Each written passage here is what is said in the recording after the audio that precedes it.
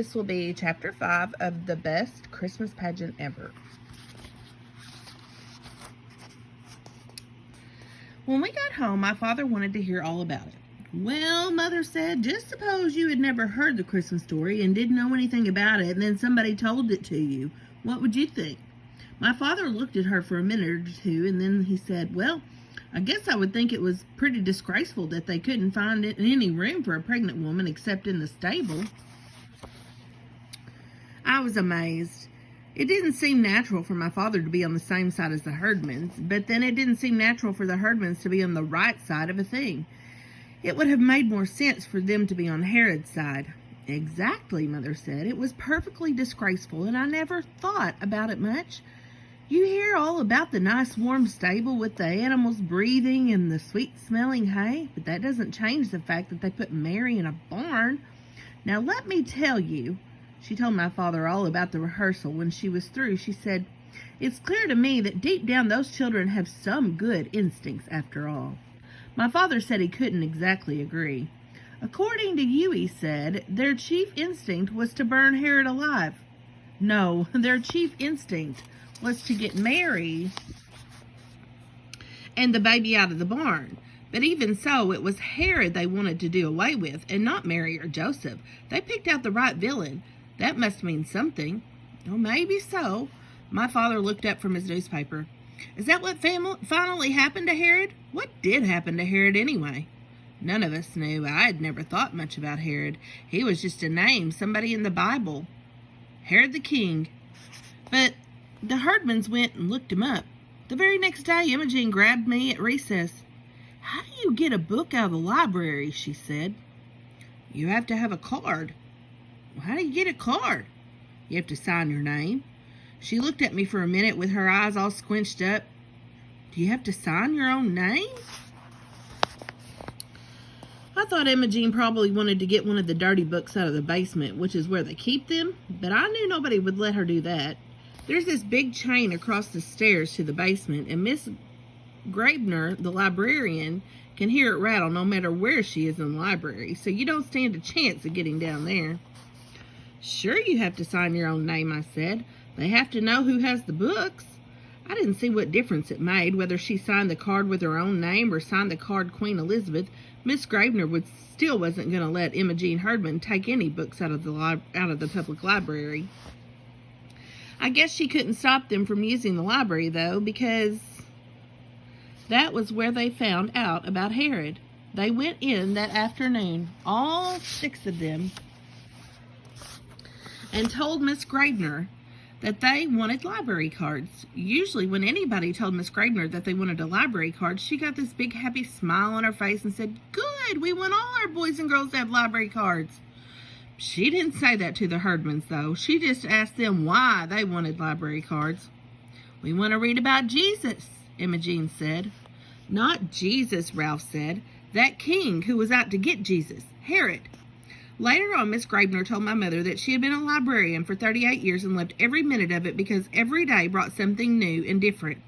But now, she said, I might as well retire. When Imogen Herdman came in and said she wanted to read about Jesus, I knew I'd heard everything there was to hear.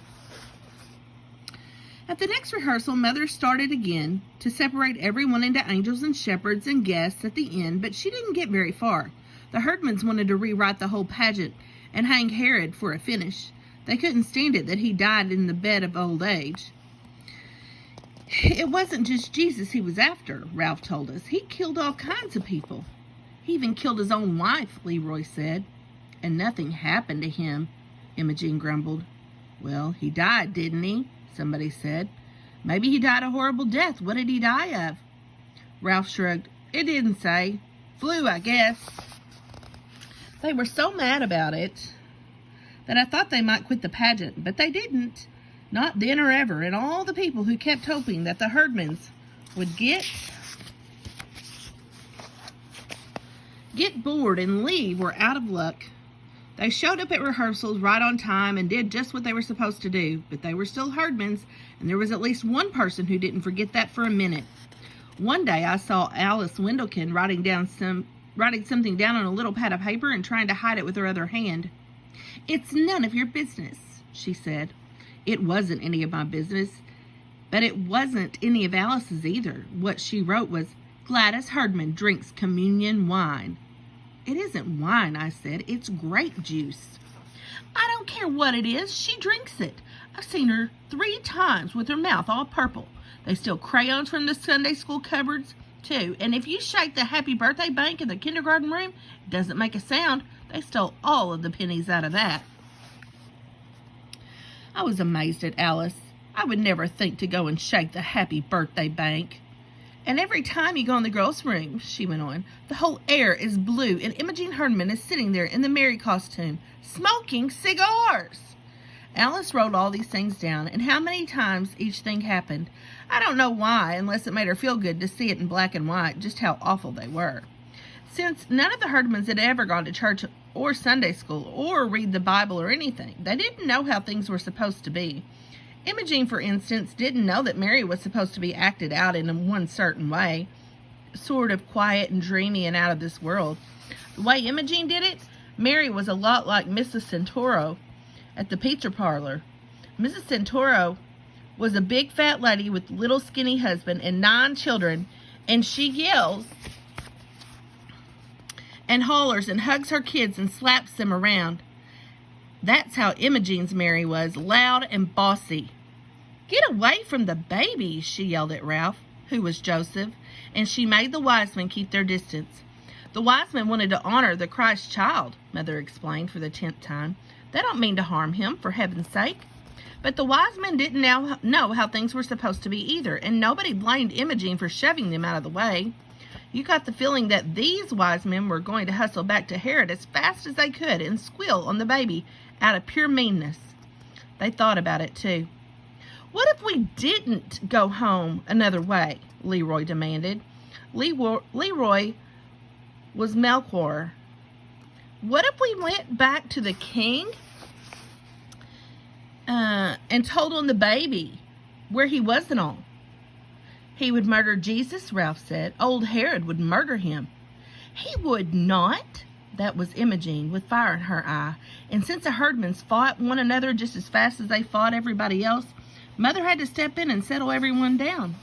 I thought about it later, though, and I decided that if Herod, a king, set out to murder Jesus, a carpenter's baby son, he would surely find some way to do it.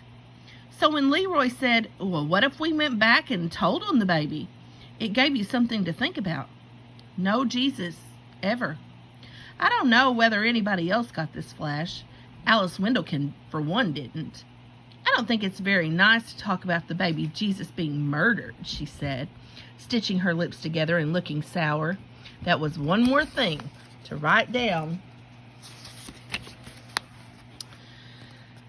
on her pad of paper, and one more thing to tell her mother about the Herdmans, besides the fact that they swore and smoked and stole and all. I think she keeps hoping that they would do one great big sinful thing, and her mother would say, well, that's that, and get on the telephone and have them thrown out.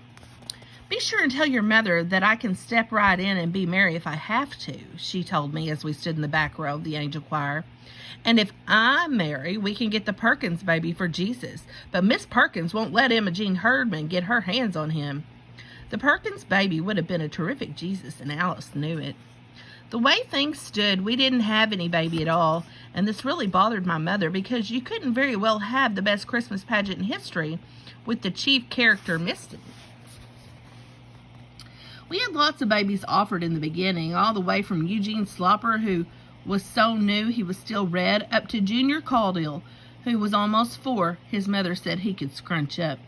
But when all the mothers found out about the Herdmans, they withdrew their babies.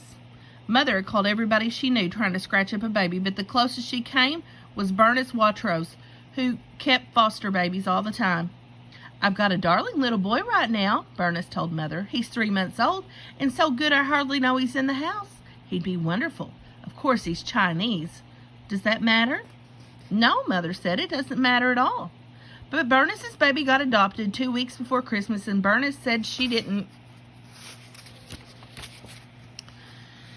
like to ask to borrow him back right away. So that was that. Listen, Imogene said, I'll get us a baby. How would you do that? Mother asked. I'll steal one, Imogene said. There's always 2 or 3 babies in carriages outside the A&P supermarket. Oh, Imogene, don't be ridiculous, Mother said. You can't just walk off with somebody's baby, you know. I doubt if Imogene did know that. She walked off with everything else. We just won't worry any more about a baby, Mother said. We'll use a baby doll. That'll be better anyway. Imogene looked pleased. A doll can't bite you, she pointed out, which just went to prove that herdmen started out mean right from the cradle.